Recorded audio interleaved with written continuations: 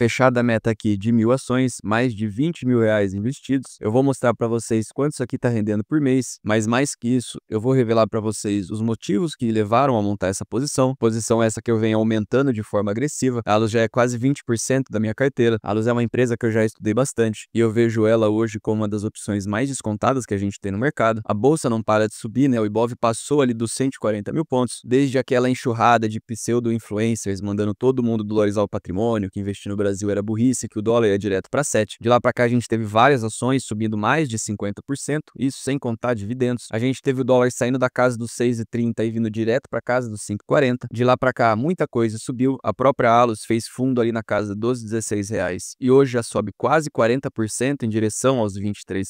Só que ela ainda está muito descontada e vocês verão por quê. A empresa está praticamente no mesmo preço dos últimos 10 anos. Agora, muito mais importante do que tudo isso, a gente vai passar por alguns conceitos fundamentais que você precisa ter em mente quando você entra no mercado financeiro. O jogo ele é muito mais psicológico do que financeiro. O mercado é muito mais sobre você do que sobre o próprio mercado. Já diria Bogle, o tempo é seu amigo e o impulso é seu inimigo. Você pode ser o melhor analista do mundo, pode ter informações privilegiadas, você pode ser o amigo do rei. Se você não conseguir controlar a sua própria cabeça, não adianta. E quando eu falo isso, não é da boca para fora. A Allos é um exemplo perfeito disso. Ela deu essa esticada aqui antes da pandemia, mas a empresa está praticamente na mesma faixa de preço nos últimos 10 anos. E antes que você se pergunte se isso é normal, sim, isso é absolutamente normal. Só que é aqui que muitas pessoas desistem e parece que a coisa só sobe quando você sai. Quem nunca sentiu isso? Você fica dias, semanas, meses, anos segurando aquela posição e quando você sai o mercado explode. Isso é psicológico, pessoal. Quando você entra no mercado, você precisa estar disposto a passar por uma lateralização e você precisa entender que o preço de uma ação não sair do lugar pode ser algo excelente para você. A gente está falando de período de acumulação. Isso pode mudar a sua vida para sempre. Muitos investidores perdem dinheiro ou deixam de ganhar muito dinheiro por não entender isso muito bem. E para ilustrar rapidamente isso que eu acabei de dizer, olha o caso da Engie. A Engie é uma empresa do setor elétrico e uma das melhores empresas disponíveis para se investir na bolsa. A companhia fez o seu IPO em 98 e de lá para cá cresceu em lucro, cresceu em receita, aumentou a sua geração de caixa e o pagamento de dividendos. Só que nada disso foi o suficiente para fazer a cotação sair do lugar. Foi uma lateralização de quase 2.000 dias e de uma hora para outra a cotação explodiu. E nós poderíamos dar outros exemplos, inclusive de empresas americanas. Quem não se lembra do caso da Microsoft? Foram mais de 6.000 dias sem sair do lugar. Foram 6.000 dias antes que a cotação refletisse os fundamentos. E o que acontece depois disso, vocês já sabem, né? A Microsoft deixou muita gente rica. Agora, presta atenção nisso aqui. Você precisa aprender a ver o valor de uma empresa e confiar nesse valor que você está enxergando. A gente não está especulando, a gente não está fazendo trade. A gente está investindo. Estamos investindo de forma inteligente. E por que que a Allos tem tanto valor? Em primeiro ponto, vale ressaltar que os shoppings em mercados emergentes, eles funcionam de uma maneira diferente dos mercados de primeiro mundo e países desenvolvidos. Os shoppings em mercados emergentes funcionam como ambiente de lazer, de segurança, de conforto, servem também como ambiente climatizado e agradável em países de temperaturas tropicais como é o Brasil. Em países desenvolvidos, embora os shoppings também agreguem diversão e praticidade, o caráter de refúgio contra condições climáticas ou contra o índice de violência urbana costuma ser menos determinante.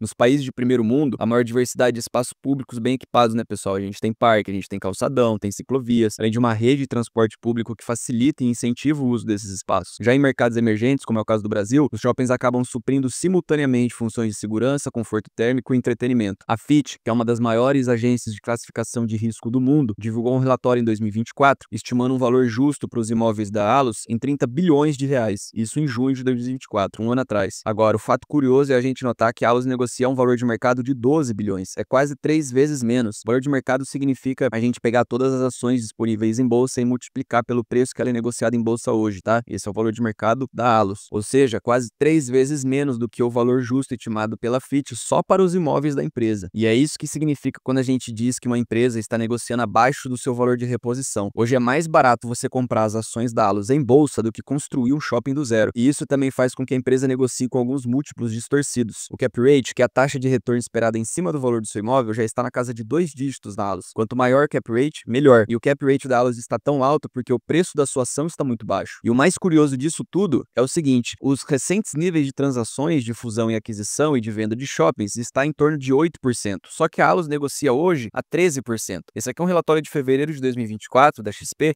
E naquela época, um ano atrás, o preço da ação da Allos estava no mesmo nível, tá? Então o cap rate vai ser o mesmo cap rate também. A Allos vende esses imóveis, ou seja, ela consegue vender esses ativos que não são estratégicos por um preço muito superior ao que a própria empresa está sendo avaliada em bolsa, por isso que ela vende a um cap rate menor, porque ela está vendendo os shoppings mais caros do que ela mesma está sendo avaliada em bolsa. Ela vende esses shoppings, na maioria das vezes, para fundos imobiliários, e aí as pessoas pessoas vão lá e compram esses FIIs achando que estão fazendo um ótimo negócio, mas elas estariam fazendo um negócio infinitamente melhor comprando as ações da própria Allos. E por que as pessoas fazem isso? A maioria das vezes porque elas olham apenas para esse número. As pessoas veem lá que um FII está pagando 2, 3, 4% a mais do que a Allos por ano e vão lá e compram. Mas elas nem se dão conta de que os FIIs distribuem, por lei, 95% de todo o seu lucro líquido, enquanto a Allos distribuiu de forma histórica menos de 40% do seu lucro líquido. Ou seja, ela provavelmente distribuiria uma porcentagem maior que os FIIs se ela também distribuísse 95% de todo o seu lucro líquido. Mas as pessoas não veem isso, elas só fazem um filtro lá para ver qual ativo está pagando mais e elas compram sem nem saber o direito que estão comprando. Mas, voltando aqui para Allos, o que ela faz depois de vender esses shoppings? O que elas fazem com esse dinheiro? Ela pega esse dinheiro, recompra as ações dela mesma em bolsa e depois ainda cancela essas ações. Então veja aqui, no dia 12 de junho, ela fez o cancelamento de 31 milhões de ações e presta bem atenção nesse número aqui, ó. Na época ela tinha 540 milhões de ações no total. No dia 23 de setembro, ela encerrou um programa de recompra adquirindo 20 milhões de ações, dos quais 8 milhões ela já logo cancelou e já deixou avisado que o restante ela também cancelaria. No dia 1º de outubro, ela anunciou um novo programa de recompra de quase 2 bilhões de reais e aqui ela já tinha um capital social dividido em 490 milhões de ações. Então isso aqui também é uma forma de retorno para o sócio. Retorno para o sócio não é só quando a empresa distribui proventos, quando a cotação sobe. Isso aqui também é uma forma de retorno. Isso aqui vai aumentar o seu lucro por ação, vai aumentar o seu dividendo. Esse tipo de sinal da gestão é a melhor coisa que você pode esperar ver de uma companhia, de uma gestão eficiente, profissional, preocupada com o seu cotista. Isso aqui é exemplar, tá bom? Exemplar. Outra coisa que as pessoas também não dão devido valor é a dívida de uma empresa. A gente está falando de um cenário de Selic em 15% no Brasil. Empresas que têm dívida líquida EBITDA acima de 5 vezes, 6 vezes, pode ir à falência por causa da dívida. Muitas empresas já foram à falência por causa disso. A empresa que não tem dívida, ela não quebra, pessoal. E a Allos, ela não sofre desse problema. Olha aqui no primeiro trimestre do ano, quanto que ela tem em caixa? 3 bilhões de reais. Se ela quiser, ela paga as dívidas nos próximos anos, a hora que ela quiser. Lá na frente, ela não sofre com dívida. Tem uma dívida muito bem controlada. A vacância da empresa também é muito bem controlada, uma taxa de ocupação de quase 97%. A empresa está muito bem distribuída pelo país, ela atua em praticamente todos os estados brasileiros. A empresa cresce em receita e cresce lucro líquido sem nunca ter dado prejuízo ao sócio. Até mesmo aqui na pandemia 2020, a empresa não deu prejuízo. E não só isso, a empresa também vem crescendo de maneira agressiva em outras frentes de negócios que não sejam aluguéis, como por exemplo, a Hello. A Hello é uma empresa de mídia digital dentro da Allos, já corresponde por 5% de toda a receita bruta da companhia, um crescimento de 10% na comparação anual, faturando quase 40 milhões de reais por trimestre. Para aumentar ainda mais a geração de valor para os seus acionistas, a companhia desde outubro de 2024 adotou uma política de distribuição mensal de dividendos. Você pode ver aqui que ela distribuía uma vez ao ano e agora ela distribui todo mês. E aí, para a gente calcular quanto eu estou recebendo com essas minhas ações é muito fácil. É só a gente pegar aqui quanto que a empresa distribuiu por ação nos últimos meses. Pode reparar aqui como tem crescido o valor distribuído por ação, justamente por causa daquilo que eu acabei de comentar com vocês. A empresa recompra ações e depois ela cancela. Isso faz tanto com que o lucro por ação aumente, quanto também a distribuição de dividendos também aumente. Então a gente pega 1.000 ações vezes 10, 19, dá uma média de R$ 100